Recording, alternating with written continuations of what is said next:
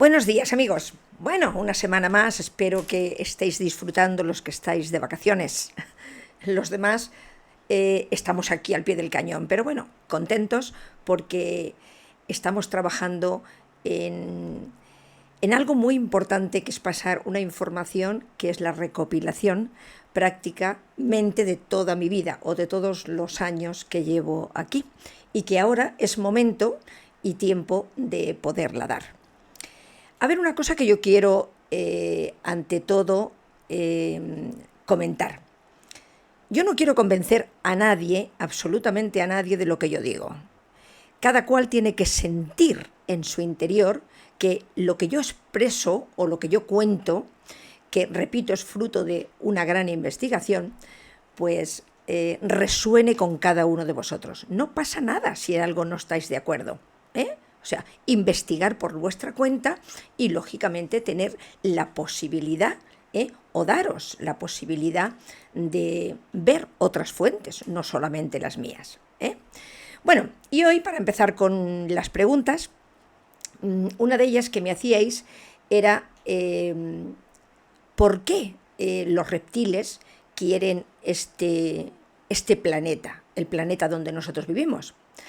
Bueno, ¿por qué quieren recuperar su territorio? Porque ellos estaban aquí mucho antes que nosotros. Entonces, somos nosotros los usurpadores del terreno, del territorio de ellos, no ellos. O sea, los humanos fueron los que, o esos dioses que ahora vamos a comentar, fueron los que hicieron que estos reptiles tuvieran que esconderse en el interior de la Tierra y desaparecer de la vista de todos los demás, para que nosotros viviéramos en el planeta que a ellos les pertenecía. Luego, lo que es justo y lo que no lo es, no lo es. Luego, hay otra pregunta que me hacéis de cómo podemos canalizar. Bueno, yo ahí os voy a responder de una forma. Recordar cómo Jesús, cuando oraba, ponía las manos. Esto no era simplemente un acto que a él le naciera del interior, simplemente él, a través de las manos, en esta posición hacia arriba, es como canalizaba con la fuente. ¿Entendéis? Luego, una forma de canalizar perfectamente es así.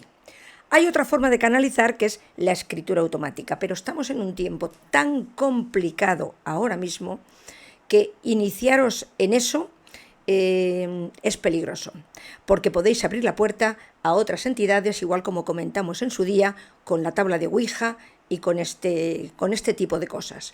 Ahora mismo estamos en un tiempo tan vulnerable que están sueltos todas las entidades negativas que están jugando la última batalla para sacarnos del camino real que tenemos que tener o que tenemos que seguir, y en esta última trayectoria que estamos viviendo.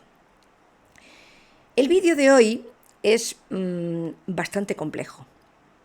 Es un vídeo que yo diría que desarma totalmente todas las creencias que nosotros hayamos tenido hasta ahora en la humanidad, pero que ya es tiempo de que se destape, porque nunca podemos avanzar si seguimos creyendo esas mentiras o esas supersticiones que nos han contado a lo largo de nuestra vida. Hemos hablado en vídeos anteriores del creador del mundo material, el demiurgo.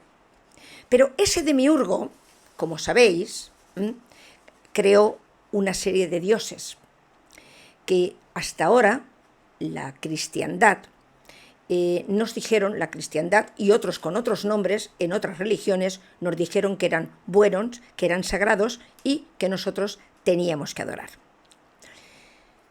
Pero ¿qué pasa si el demiurgo y Yahvé, ese Dios que llevamos adorando miles y miles de años, no fueran personajes tan distintos y tan diferentes? También hay otro personaje en la cristiandad que la verdad es que nos ha producido siempre muchísimo miedo y nos sigue produciendo muchísimo miedo, y lo consideramos como el responsable de todo lo malo que ocurre en nuestras vidas. Es Satanás. Solamente el nombre, ¿verdad?, ya nos eriza el vello. Las escrituras cristianas nos presentan a Yahvé como un Dios supremo. Pero también existe esa otra figura de Satanás que se le denomina por ser muy poderosa, pero también muy oscura.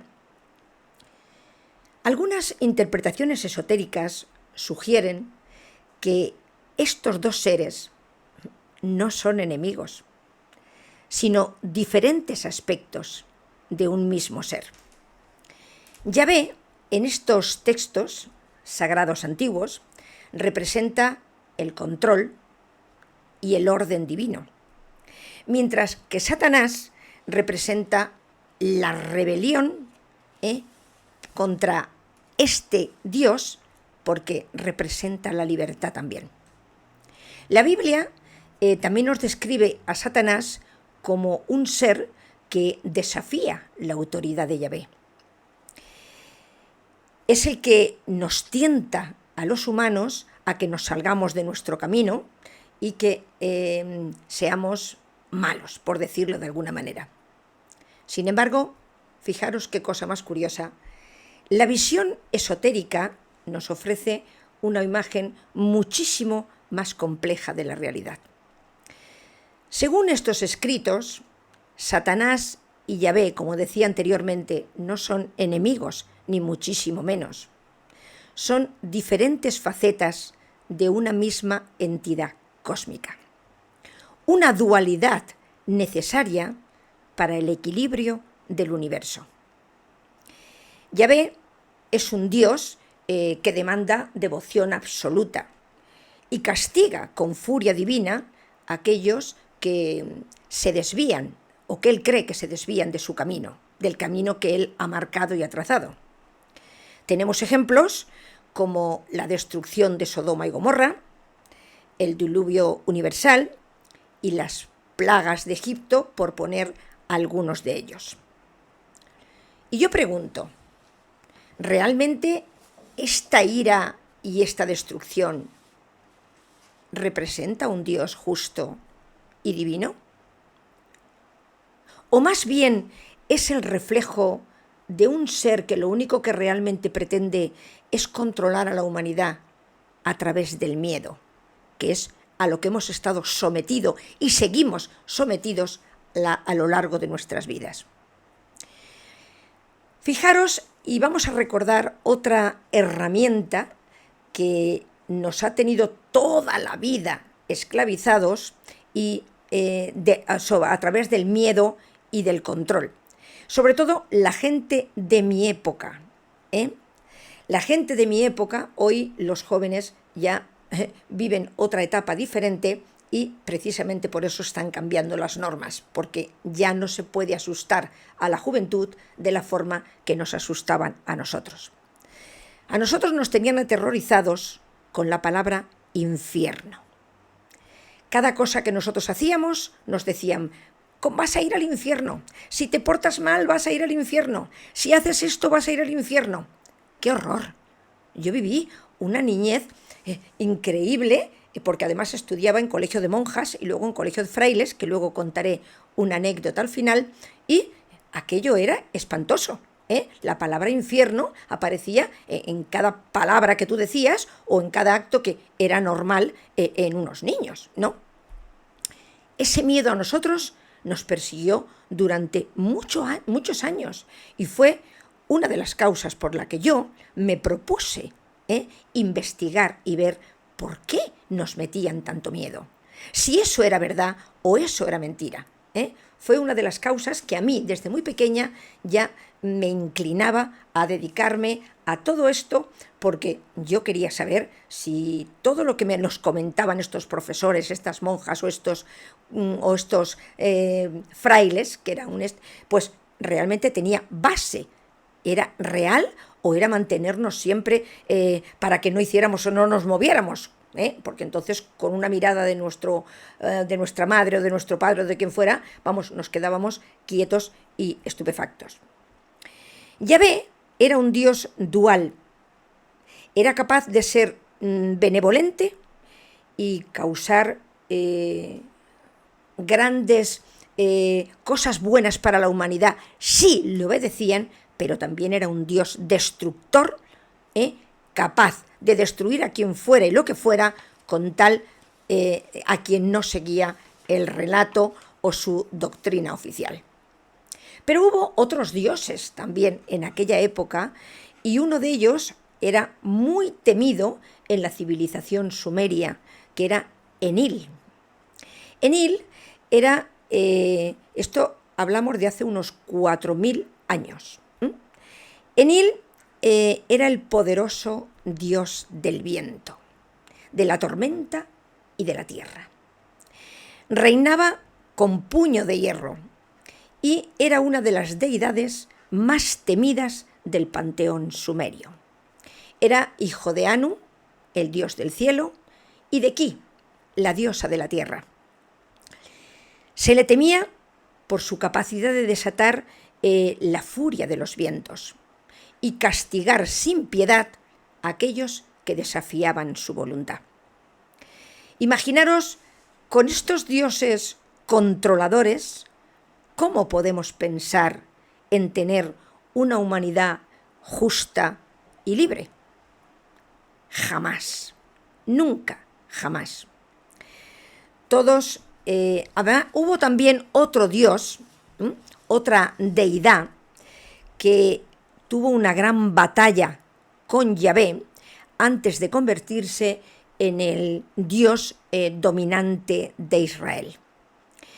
Esa competencia fue con el dios Baal.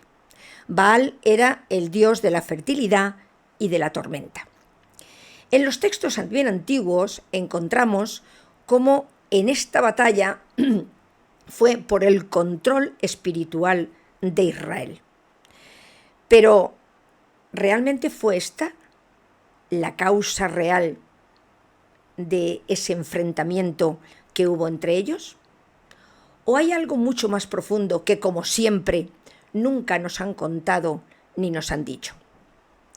Baal era adorado por muchas culturas del antiguo Medio Oriente. Era adorado como un poderoso dios de la fertilidad, de la lluvia y de la tormenta, y simbolizaba la fuerza vital y la prosperidad. Pero Yahvé era todo lo contrario. Era un dios celoso, que exigía una devoción absoluta y exclusiva, y además prohibía la adoración a otros dioses. Una reflexión, de nuevo, un pequeño inciso. ¿Un Dios justo y amoroso mantendría una guerra interminable como la que sucede en Israel por una tierra prometida que nunca llegó o que nunca llega? No, creo que eso no es justicia y mucho menos justicia divina. La nueva humanidad nunca empezará en una tierra en la que lleva siglos, años y siglos de conflicto, porque ellos consideren que son los elegidos de ese Yahvé para ocupar esa tierra prometida. Hay tantas culturas y tantos metidos allí ya que al final no sabemos en realidad quiénes son los auténticos israelitas ya en esa guerra.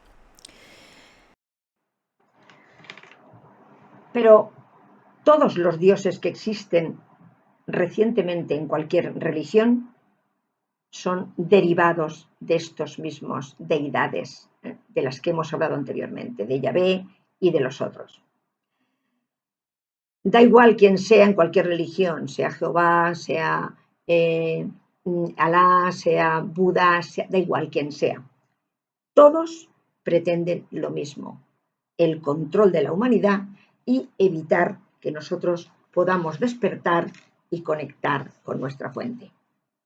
Y ahora voy a hacer yo una pregunta. ¿Realmente no somos todos un poco Yahvé y Satanás al mismo tiempo? ¿No somos luz y oscuridad al mismo tiempo? ¿Quién podría decir que tiene constantemente pensamientos de amor hacia todo el mundo? ¿Quién podríamos decir que en un momento determinado que alguien nos enfada, nos pisa nuestro orgullo, nuestra dignidad o nos ofende, nos sacamos esa parte satánica que todos alojamos en nuestro interior? Luego, ese Satanás que nos han enseñado, lo tenemos todos, absolutamente todos, dentro de nosotros, en algunos momentos de nuestra vida o en algunas circunstancias de nuestra vida. Todos somos una parte positiva y otra parte negativa. ¿Cuál de los dos domina? Aquel que alimentemos. Si tú alimentas más los pensamientos negativos, te convertirás en un suegro malo y te convertirás en un Satanás. Pero si tú alimentas el amor por encima de todo, entonces te convertirás en ese ser espiritual que conectará con la fuente. Esa es nuestra auténtica lucha, amigos, hermanos. Esa es nuestra auténtica lucha. Lo que realmente tenemos que vencer es nuestra propia luz y nuestra propia oscuridad.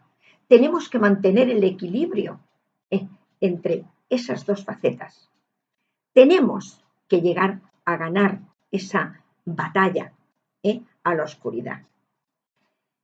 No habremos llegado a ese momento mientras nosotros, por muchos problemas que tengamos en la vida, por muchas circunstancias que en un momento determinado nos hagan sufrir o nos hagan pasarlo mal, no lleguen a sacarnos de nuestro estado armonioso de conciencia, de nuestra plena armonía, de nuestra propia paz interior.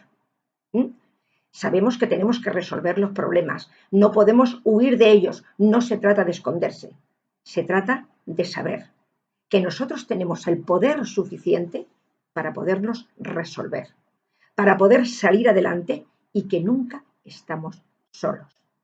Y que esa voz, esa parte oscura que nosotros tenemos cuando alguien nos ofende, podemos sacar nuestro dolor. Por supuesto que el dolor tenemos derecho a sacarlo a la luz, porque somos humanos, y aquí, lógicamente, tenemos esos sentimientos. Pero que ese dolor, a pesar de lo que te hayan dicho, no provoque odio, no provoque rencor, no provoque sentimientos de venganza. Mientras tengamos esa dualidad en nosotros, no habremos vencido a nuestro Satanás interior, que cada uno de nosotros tenemos o llevamos dentro. Esto es algo que quiero que entendamos. Para pasar a esa quinta dimensión de la que tanto estamos hablando y de la que estamos diciendo, necesitamos liberar o establecer un orden y una armonía entre la parte negativa y la parte positiva. Mantener ese equilibrio entre las dos. Entonces, cuando hayamos conseguido eso, es cuando realmente acabamos de pasar el portal de la cuarta dimensión y ya nos encontramos en la quinta dimensión, en el estado de conciencia más elevado, porque hemos vencido a nuestro peor enemigo. ¿Sabéis cuál es? Nosotros mismos. Nosotros mismos es nuestro peor enemigo, es el que nos hace dudar, es el que nos hace creer, es el que nos hace amar y es el que nos hace odiar. Pero todo está dentro de nosotros. Hasta que no lleguemos a conseguir que el amor invada nuestra vida y sea tan fuerte que no podamos alojar el odio y el rencor, no hemos llegado a establecer ese equilibrio. Hasta que las heridas del pasado no se sanen totalmente y podamos cerrar esas heridas que vamos heredando o que ese demiurgo estableció que heredaran de generación en generación y así podamos romper esos contratos y esos compromisos que llevamos establecidos a lo largo de esta rueda de reencarnaciones, seguimos atrapados en ella y no estamos en quinta dimensión. Hasta que dejemos de ser enemigos por creencias, por color, por raza, y sigamos el relato absurdo, leyes absurdas que nos están imponiendo actualmente para alejarnos cada vez más de nuestra esencia espiritual y no empecemos a reflexionar realmente quiénes somos, qué estamos haciendo aquí y cuál es el cometido que traemos cada uno de nosotros. No estamos solos. Hay fuerzas de la luz luchando con nosotros, pero también hay seres reencarnados aquí, ayudándonos a saltar estas o a vencer este tipo de batallas que se nos presenta cada día y que cada vez serán más fuertes. Sepas una cosa, esta es una guerra de la luz contra la oscuridad. ¿Qué significa? Que va a llegar un momento, la luz está, o sea, la oscuridad está intentando acorralarnos.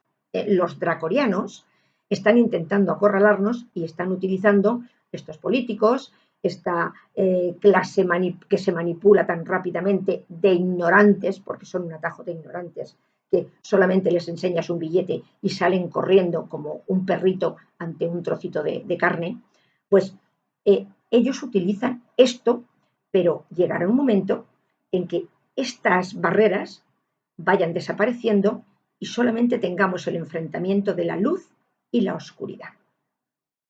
Haya un enfrentamiento en el que realmente ahí sí que vamos a ganar, porque ahí sí que tenemos que destruir a toda esa parte oscura que hasta ahora no ha dejado que avanzar ni evolucionar a la humanidad. Ya es hora, es de que nuestro tiempo, es nuestro tiempo ya. Todos estamos aquí precisamente para eso, para establecer este muro que dice ya, se terminó el tiempo que habéis tenido para crear vuestras maldades, para hacer vuestras películas y mantener a la humanidad esclavizada. Todo esto ya se acabó. Y para terminar el vídeo de hoy, voy a contar como siempre una historia, pero una historia real mía que me pasó a mí cuando yo era pequeña y era cuando yo me hacía este tipo de preguntas que no entendía nunca. A pesar de vivir en otro tiempo, yo no poder contestar, pero he sido siempre una persona rebelde, no me he creído muchos de los relatos que me contaban. Yo estudiaba bachiller, cuando entonces estaba bachiller en Tomelloso, en el colegio de los frailes. Y mi tío tenía una finca enorme y iba a la florinata de allí de Tomelloso los fines de semana a pasar allí al día o en la finca de mi tío, porque era una persona muy generosa y allí, bueno, pues comían, todos bebían, todos se bañaban, todos disfrutaban de unos días maravillosos. Y yo siempre estaba ahí porque era la hermana de mi padre y yo me crié con ellos siempre. Y cuando llegaban, había dos frailes de mi colegio que iban siempre a la finca de mi tío los domingos. Uno, el padre Antonio y el padre Mariano, le llamábamos entonces. Cuando llegaban a la finca, se quitaban la sotana y me decían, Mari, ven aquí. Aquí no somos ni padre Antonio ni padre Mariano, aquí somos Mariano, Antonio y tú. Ah, vale. Yo era una niña de 12 años, imaginaros. Claro, luego yo los veía cómo salían de la piscina pues en una toalla con otras chicas allí que se estaban bañando, bueno, yo veía cosas que no me cuadraban para ser dos sacerdotes, francamente. Llegaba el domingo, se volvían a poner la sotana y decían, mañana no te equivoques, mañana en el colegio somos padre Antonio y padre Mariano, ten cuidado. Y yo decía, un día se me va, un día me voy a equivocar y verás, voy a meter la pata. Llega esa Semana Santa, que entonces la Semana Santa, los que sois de mi época lo recordaréis, nos encerraban en la iglesia en los santos oficios que hacían y estábamos encerrados una semana prácticamente solamente pues meditando, orando o oyendo misas. Y era la hora de confesarnos todos. Y en un confesionario estaba un compañero, un padre diferente, un sacerdote diferente, y en otro estaba el padre Mariano. Y yo cuando lo vi en el confesionario dije, yo contigo no me confieso, ni mucho menos. Y yo dejaba pasar la cola, la cola, la cola. Y cuando ya no quedaba nadie, pues ya me llama y me dice, ven, y le digo que no, que yo con él no me confieso. Sale del confesionario todo enfadado y me dice que por qué. Digo, pues muy sencillo, porque tú tienes más pecados que yo. Él se quedó. En un primero, entonces nos daban, un primer gesto fue levantarme la mano, pero pensando quién era, se tranquilizó y dijo, bueno, vamos a tranquilizarnos. Y yo le dije, eso, vamos a tranquilizarnos. Y me dice, pero mira, sepas una cosa, esto no va a quedar así. Le voy a comentar a tu tío y a tus padres lo que has hecho y lo que estás haciendo. Y digo, pues mira, mi respuesta fue categórica. Yo le voy a comentar al padre prior lo que tú haces en la finca de mi tío los domingos. Él se quedó estupefacto y pensaba, como una niña tan pequeña contesta de la manera que sabe contestar. Y ya, en vista que estaba bastante atrapado, me dijo, bueno, pues mira, vamos a dejar las cosas como son. ¿Quieres confesarte con este otro padre? Digo, bueno, como él no sé lo que hace, pues vale, pero contigo, desde luego, no. O sea, yo ya de pequeña veía cosas que yo no encajaba con lo que me enseñaban o con lo que me predicaban y luego con lo que ellos hacían. No tenía nada que ver. Con el tiempo y con los años, los dos se salieron de sacerdotes y se casaron los dos. Claro que sí, porque además una vez los pillaron, porque como iban a un pueblo de al lado, Alcázar de San Juan, de la finca de mi tío, iban a comer helados en una moto con las niñas y con todo, pues un día tuvieron un accidente, se fastidiaron un pie, tuvieron que ir al hospital y claro, no llegaron a tiempo de la hora que tenían que entrar en el convento, porque ellos tenían la llave debajo del felpudo y esa vez los pillaron. Y claro, ya el padre prior se enteró de lo que estaba pasando y de que ellos se escapaban los domingos y no a hacer precisamente obras de caridad, sino a la finca de mi tío a pasarlo bien con otras niñas. Bueno, estas son pequeñas anécdotas que yo ahora las recuerdo como graciosas, pero en aquella época a mí me enfadaban muchísimo porque yo, a pesar de lo pequeña que era, no podía entender por qué estas personas que nos tenían que dar ejemplo a nosotros eran los que nos estaban enseñando que lo que a mí me decían que yo iba a ir al infierno y que no debía de hacer, lo hacían ellos y para ellos no había infierno. Pues esto era una cosa de las que a mí me hacían pensar a pesar de mis poquitos años. Bueno, amigos, hemos terminado el vídeo hoy y la próxima semana hablaremos también de otro personaje que también nos han de alguna manera manipulado o nos han distorsionado a lo largo de toda la humanidad, Lucifer. Amigos, que tengáis una excelente semana.